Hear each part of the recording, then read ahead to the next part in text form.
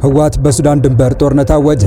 አዲሱ የህወሓት ጀነራሎች እቅድ ሾልኮ ወጣ። ከአዲሱ ግንባር ባሻገር ህወሓት በአፋር አዲስ ጥቃት ከፍቷል። መከላከያ የፋኖን የጦር ቤዝ መቆጣጠሩን ገለጸ። በወሎ ቀጠና ከባድ ኦፕሬሽን ተፈጸመ። የአሜሪካና ኢራን ጦርነት ዳግም አገረሸ።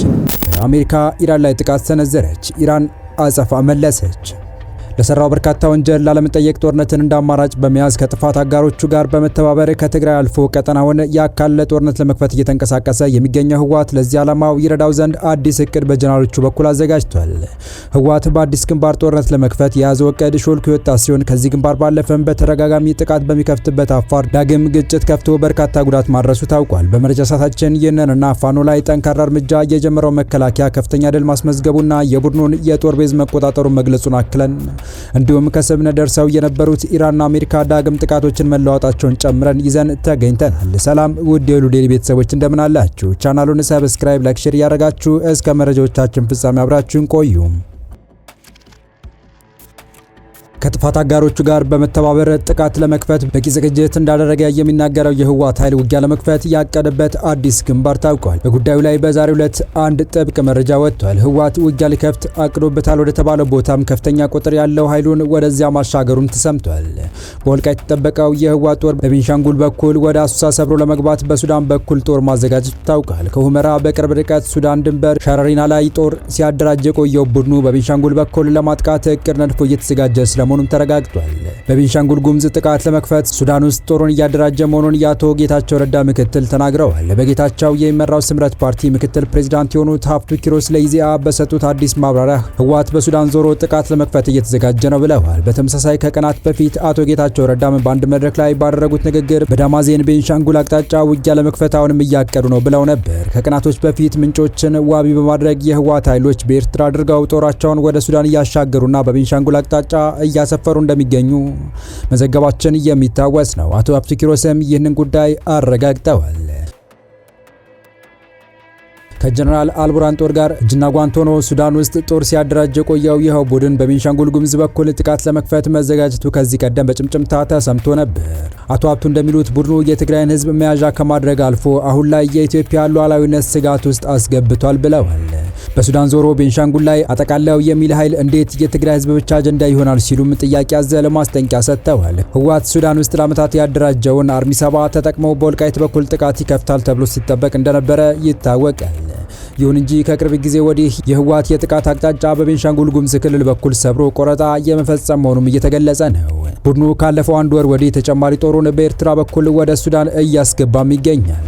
ሱዳን የተደራጀውን በቅርቡ በኤርትራ በኩል የተሻገረ ኃይልም በጀነራል አልቡርሃን ጦር ድጋፍ ወደ አሶሳ አስርጎ ለማስገባት ዝግጅት እያደረገ መሆኑን የሚያመላክቱ መረጃዎች ተሰምተዋል። ህወሓት ጥቃት ለመክፈት ያሰበበት የቤንሻንጉል ግንባር ላይ ከጀነራል አልቡርሃን ጦር ጋር ተሰልፎ ሲዋጋበት የነበረው ነው። በኢትዮጵያ ድንበር ላይ በሱዳን ጦርና በፈጥኖ ደራሽ ኃይሉ በተደጋጋሚ የተካሄደ ውጊያ በድሮን ጭምር የታገዘ ስለመሆኑ ይታወቃል። ህወሓት በዚህ ግንባር ጥቃት ከከፈተ ከቅርብ ጊዜ ወዲህ እንደ አዲስ እየተደራጀ ካለው የጉሙዝ ኃይል ጋር ለማበር በርን እንደሚከፍትለትም ይገመታል። እንዲሁም በጽምዶ ቅንጅት ፈጥሯል ከሚባሉትና መተከል ውስጥ ከሚንቀሳቀሱት ኦነግ ሸኔና ፋኖ አማጾች ጋርም በጋራ ለማጥቃት አስበው ሊሆን እንደሚችል ተንታኞች ግምታቸውን ያስቀምጣሉ። ቡድኑ በሱዳን በኩል ጥቃት ለመክፈት ዝግጅቱን ማድረጉን ያረጋገጡት አቶ ሀብቱ ኪሮስም አሁን ያንዣበበው ጦርነት በተለያዩ ግንባሮች ሊፈነዳ እንደሚችል ፍንጭ ሰጥተዋል። ጦርነቱ ከትግራይ አልፎ የኢትዮጵያ ሉዓላዊነትን የሚፈታተን ነው ያሉም ሲሆን ፈጣን እርምጃ መውሰድ አለበት ሲሉ መክረዋል። የህወሓት ጉዳይ ከትግራይ በላይ ነው፣ ህዝቡ በቃኝ ብሎ አምርሮ ካልታገለ ከባድ መከራ ይደርስበታል ያሉ ሲሆን የትግራይ ህዝብ ይህንን ስርዓት የመቀየር ትግል አካል ካልሆነ ትግራይ ትጠፋለች ሲሉም ፖለቲከኛው አስጠንቀዋል። ይህ በእንዲህ እንዳለ ህወሓት በቤንሻንጉል ግንባር ሊከፍተው ካሰበው አስቀድሞ በአፋር ጥቃቶችን መክፈቱና በከፍታቸው ጥቃቶችም ከሰው ባሻገር በእንስሳት ላይ ከባድ ጥቃት መፈጸሙ ተገልጿል። የህወሓት ሰራዊት በአፋር ለትግራይ አዋሳኝ በሆነው በኩናብ በኩል ጦርነት መክፈታቸውና ከሩቅ የመሳሪያ ድምጽ እየተሰማ እንደሆነ ምንጮች እየገለጹ ይገኛሉ። ከዚህ ባሻገርም የህወሓት ታጣቂ ቡድን በአፋር ክልል ዞን 2 መጋሌና አባላ ወረዳ ስር ባሉ ቀበሌዎች ከፍቶት በነበረው የሞርታርና የከባድ ጦር መሳሪያ ተኩስ ምክንያት በርካታ እንስሳቶች ላይ ጉዳት መድረሱን የአባላ ከተማ አስተዳደር ሰላምና ጸጥታ ጽሕፈት ቤት ገለጸ። የአባላ ከተማ አስተዳደር ሰላምና ጸጥታ ጽሕፈት ቤት ባጋራው መረጃ በአፋር ክልል አዋሳኝ አካባቢ የህወሓት ታጣቂ ቡድን በከፈተው የከባድ ጦር መሳሪያ ጥቃት 16 ግመሎች ህይወታቸው ያለፈ ሲሆን የአራት ግመሎች አድራሻ እስካሁን እንዳልታወቀ ጽሕፈት ቤቱ ገልጿል። ግመሎች የንጹህ ተፈጥሮ የጽናትና የአፋር ህዝብ መገለጫ እንዲሁም የህይወት መሰረት እንጂ የፖለቲካም ሆነ የጦርነት አካል አይደሉም ያለ ሲሆን በማይናገሩ እንስሳት ላይ የተከፈተ የፈሪነት ዘመቻ ብሎታል። ታጣቂ ኃይሉ በጦር ሜዳ ያገኘውን ሽንፈትና የውስጥ ቁጭት በማይናገር እንስሳት ላይ መወጣቱ ፍጹም የሞራል ዝቅጠትና የባህሪ ውድቀትን ያሳያል ብሏል። የህወሓት ታጣቂ ቡድን በአባላ ከተማ ሙርጋ ቀበሌ ላይ በከባድ መሳሪያ 16 ግመሎችን መጨፍጨፉና አራቱን ፈቶ መሰወሩ ወታደራዊ ግብ የሌለውና ንጹሃን አርብቶ አደሮችን በቀጥታ ለመጉዳት የታለመ የነውረኝነት ጥግ መሆኑን ጽሕፈት ቤቱ ገልጿል። በቀጣይ መረጃ ከምርጫው ማግስት በአማራ ክልል የተለያዩ አካባቢዎች ጠንካራ ውጊያ ተቀስቅሷል። ውጊያዎቹን በተመለከተም የመከላከያ ሰራዊትና የክልሉ ኮሚኒኬሽን ቢሮ መረጃዎችን አጋርተዋል። የክልሉ ኮሚኒኬሽን ቢሮ ከሰሞኑ በሰሜን ወሎ ቀጠናዎች ስለተደረገ ውጊያ አጭር መረጃን አጋርቷል። የ13ኛው እዝ ክፍለ ጦሮች ባለፉት 3 ቀናት በዞኑ ከአቡነ ዮሴፍ እስከ ኩልመስክ ኦፕሬሽን ማድረጋቸውን ገልጿል። የፋኖ ይዞታና መደበቂያ ቀጠና የማጽዳት ኦፕሬሽን የሚል ስያሜ በተሰጠው በዚህ ዘመቻ መከላከያ ድል እንደቀናው ቢሮ ተናግሯል። ከአቡነ ዮሴፍ እስከ ኩልሙስክ ያለው አካባቢ የፋኖ ዋና ጦር ሰፈር ወይንም ቤዝ መሆኑ የገለጸው መረጃው ከሰሞንኛው የ3 ቀን ኦፕሬሽን የጦር ቤዙን ማጽዳት መቻሉን ገልጿል። ይህ የተጠናከረ የፍተሻ ስራ በሚካሄድበት ወቅት የምስራቅ አማራ ብሔራዊ መረጃና ደህንነት የጠላት ጥይትና የጦር መሳሪያ የተደበቀበትን ስፍራ በትክክል በመጠቆም ከፍተኛ እገዛ አድርጓል ብሏል መረጃው። በተመሳሳይ በትናንትናው ዕለት በወለጋ ቀጠና ፋኖና የኦሮሞ ነጻነት ሰራዊት በጋራ በመሆን ከመከላከያ ሰራዊት ጋር ጠንካራ ውጊያ እያደረጉ መሆኑ መከላከያ ሰራዊት ይፋ አድርጓል። ሰራዊቱ ባወጣው መግለጫ ሁለቱ ኃይሎች የፈጸሙትን ጥቃት ማክሸፉን አክሎ ገልጿል። በአማራ ክልል ሰራዊቱ ያወጀውን ዘመቻ ተከትሎ ውጊያዎች የቀጠሉ ሲሆን ጎጃም ደጋዳሞት መጠነ ሰፊ ውጊያ መቀስቀሱም ታውቋል። የፋኖ አማጺዎችን አዳክሞ ፊቱን ወደ ህወሓት ለማዞር እያቀደ የሚመስለው የኢትዮጵያ መንግስት የፋኖ ጠንካራ ይዘቶች ላይ ጥቃቶችን እያደረሰ ነው። ከምርጫው መጠናቀቅ በኋላ መንግስት በታጣቂዎች ላይ መጠነ ሰፊ ዘመቻን ከፍቷል።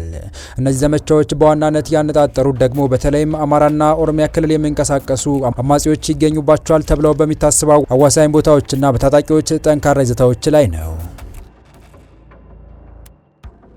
ወደ መጨረሻው መረጃችን ተሻገርን። ኢራን በሆርሙዝ ወሽመጥ ባልተፈቀደ መስመር ሲጓዝ ነበር ያለችውን መርከብ ከመታች በኋላ የአሜሪካ ጦር ኢራን ውስጥ ጥቃት መፈጸሙን ሲገልጽ፣ ኢራን ደግሞ በምላሹ የአሜሪካ ይዞታዎችን ማጥቃቷን አስታውቃለች።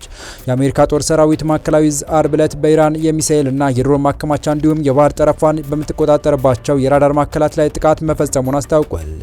እርምጃው በሆርሙዝ ወሽመጥ መዘጋት ለረጅም ጊዜ የቆሙ የነበሩ መርከቦችን የማስወጣት ስራ እንዲቆም ላደረገውና ኢራን በአንድ የጭነት መርከብ ላይ ሐሙስ ዕለት ለፈጸመችው ጥቃት ምላሽ መሆኑ ተገልጿል። ኢራን ግን የጭነት መርከቡ የተመታው ወሳኙን የባህር መተላለፊያ ለማቋረጥ ባልተፈቀደ መስመር በመጓዙ ምክንያት መሆኑን ገልጻለች። የአሜሪካ ማዕከላዊ ዕዝ ሴንትኮም ኢራን ላይ የፈጸመውን ጥቃት ኃይለኛ ምላሽ ሲል ገልጾታል። የኢራን ኃይሎች በጭነት መርከብ ላይ የፈጸሙት ተቀባይነት የሌለው ጥቃት በግልጽ የተኩስ አቁም የሚጥስ ነው ብለዋል በወጣው መግለጫ። በተጨማሪም በወሳኙ ዓለም አቀፍ የንግድ መስመር በኩል የሚተላለፉት መርከቦች ቁጥር እየጨመረ ባለበት ጊዜ የኢራን አደገኛ ባህሪ የባህር ላይ እንቅስቃሴ የሚያደናቅፍ ነው ብሏል። ወታደራዊ ዕዙ እንዳለው የአሜሪካ ጦር በሆርሙዝ በኩል የሚተላለፍ የንግድ መርከቦች በሰላም እንዲያልፉ የሚያስችል ድጋፍ ማድረጉን ይቀጥላል። የኢራን እስላማዊ አብዮታዊ ዘብ ባወጣው መግለጫ አሜሪካ መርከቦች በሆርሙዝ ላይ ከተፈቀደው መስመር ውጪ መጓዛቸውና የተለያዩ ምክንያቶችን በማቅረብ በአገሪቱ የባህር ዳርቻዎች ላይ የአየር ጥቃት ፈጽማለች ብለዋል።